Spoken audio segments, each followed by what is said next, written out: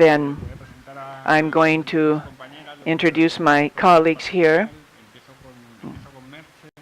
We begin with Mertxe Sánchez, and she has her degree in psychology. She works in sexology, and she's been since 2008 in the independent living movement.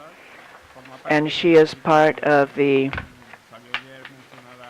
film that was mentioned yesterday, and speaking about how people with functional diversity experiment sexuality.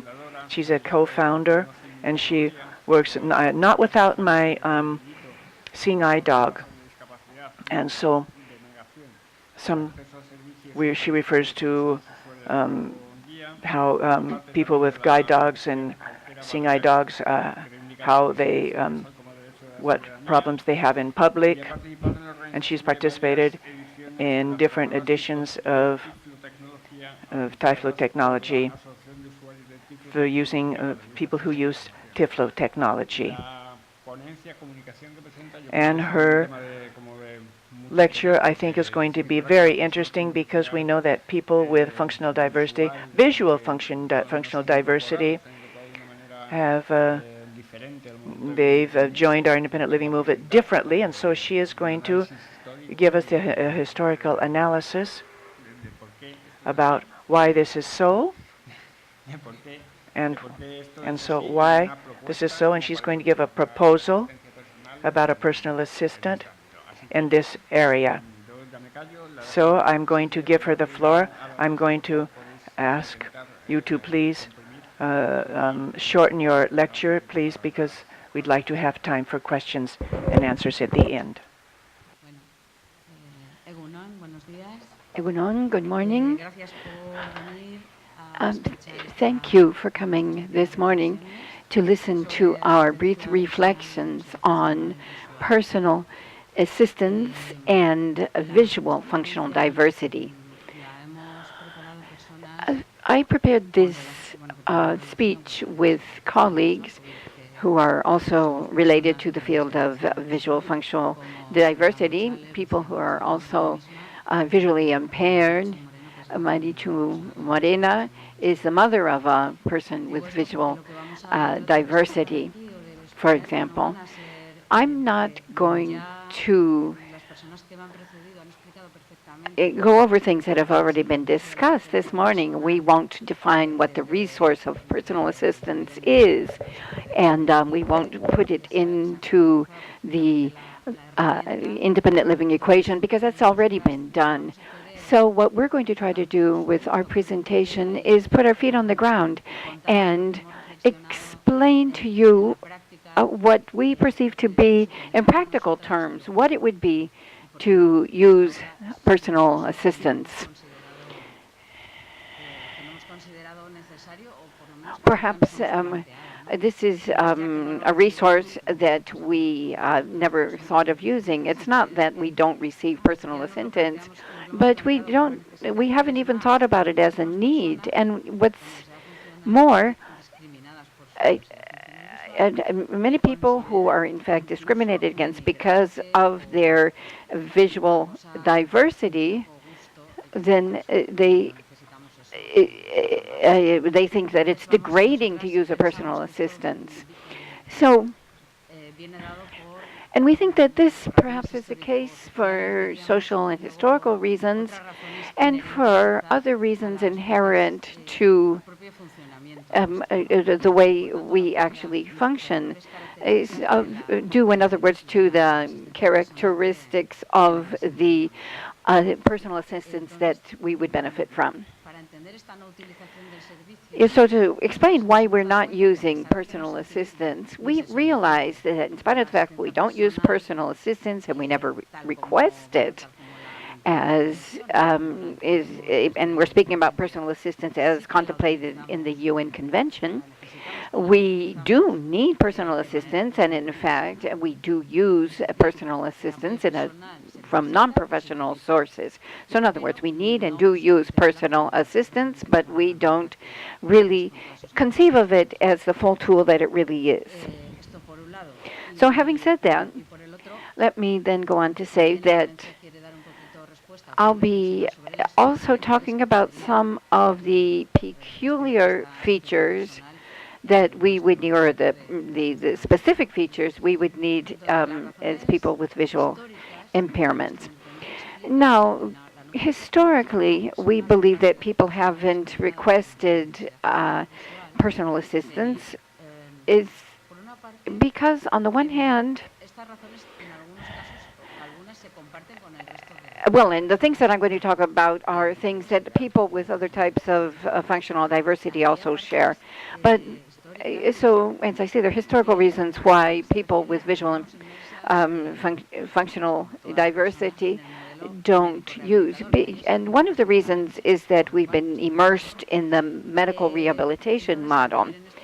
So, since that was the paradigm, and a model that doesn't really give priority to people realizing their personal dreams, but rather to people making huge efforts to overcome their circumstances. So in other words, with this model, then a person has to develop all of her personal skills to the point of exhaustion.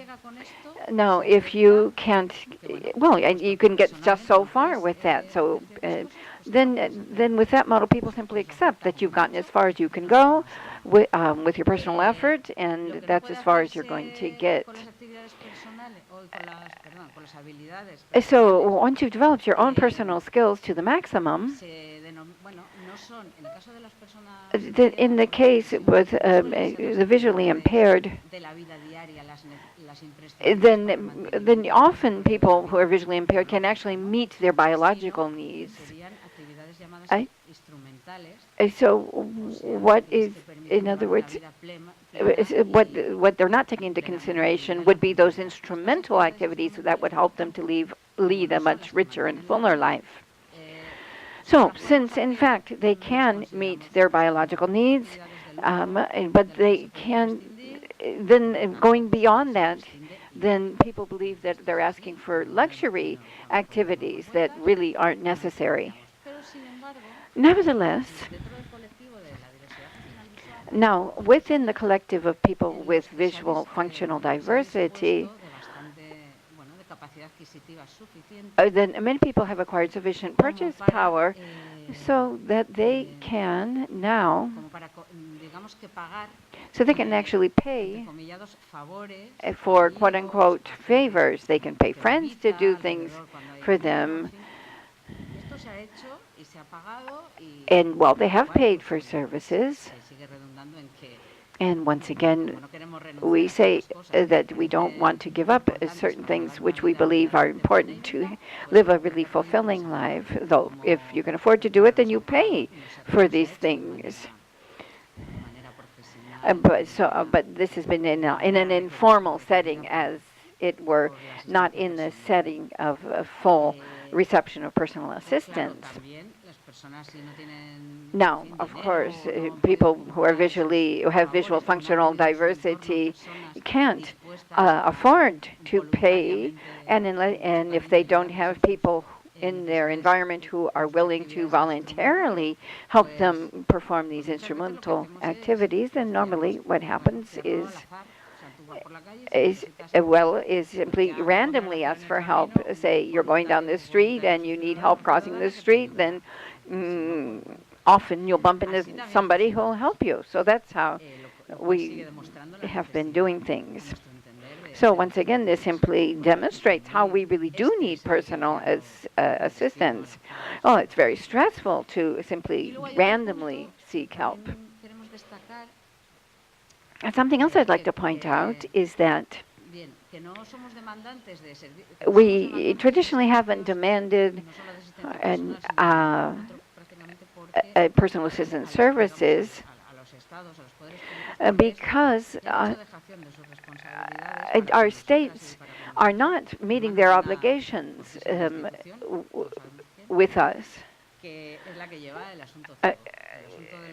So everybody knows here in Spain that in this country, for example, people with visual functional diversities are all taken care of by the National Organization for the Blind of Spain, and so the state has simply washed its hands of us.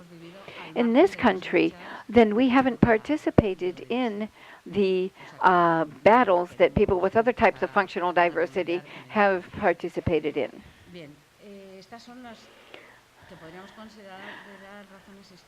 So this is just a summary of the historical and social reasons which explain why people with visual functional diversity don't request and demand personal assistance.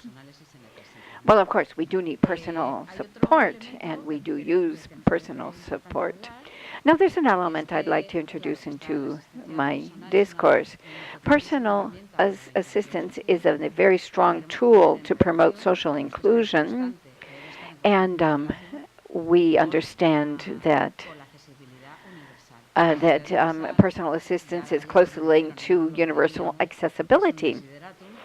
And of course, we've heard yesterday that there's no such thing as universal accessibility. This is a desideratum, but it's very far from being reality. And I hope that we are moving closer and closer to universal accessibility. But meanwhile, then personal assistance can be very important. So people who are blind, who have low vision, they could certainly rely on personal assistance to get through their daily lives. And as a way to increase our accessibility. So as accessibility becomes more and more widespread, or universal accessibility becomes more widespread, then we will not be using the services of personal assistance as much. Now, I'm sure you know that most of the problems that people with visual functional diversity encounter are problems that are related to communications and information, the lack of information, because we live in a society which is predominantly visual, and information is normally conveyed through visual codes, which we can't receive. And so we're out of the information loop for this reason. And for this reason, sometimes we're offered collective services and to support us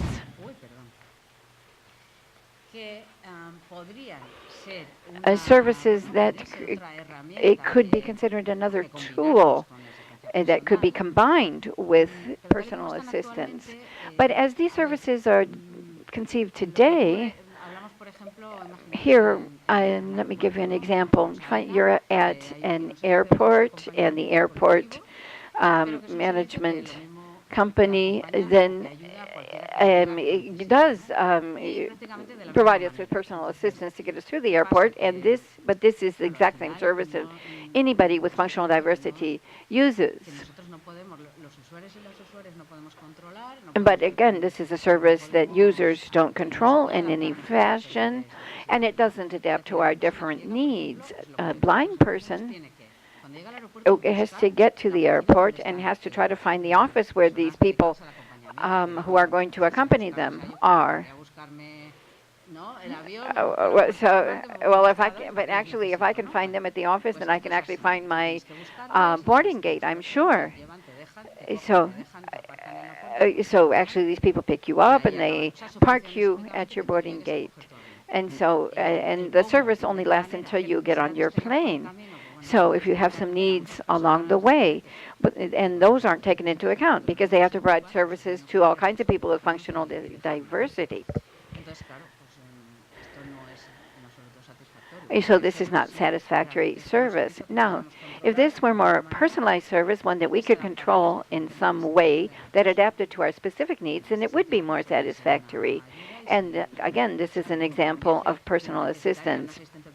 perhaps I wouldn't need a personal assistant to accompany me if the collective services were adequate to my needs and if they actually corresponded to the things that I needed. Unfortunately, I'll have to leave some things out because I've just been told I'm running out of time. So let me talk about the type of personal assistance that we need. And of course, obviously, I'm talking about personal assistance to aid us in living independent lives. In our case, basically what we would need, with the certain exceptions, for example, for the elderly, and so basically we would need personal assistance in conducting instrumental activities. And I'm going to give you some examples here. I'm referring to activities that take place in places that are new to us. We would have to learn how to get around in a specific place. And, for example, environments where there's lots of noise, that for us, if you can't see and then suddenly you can't hear either, then we're in real trouble.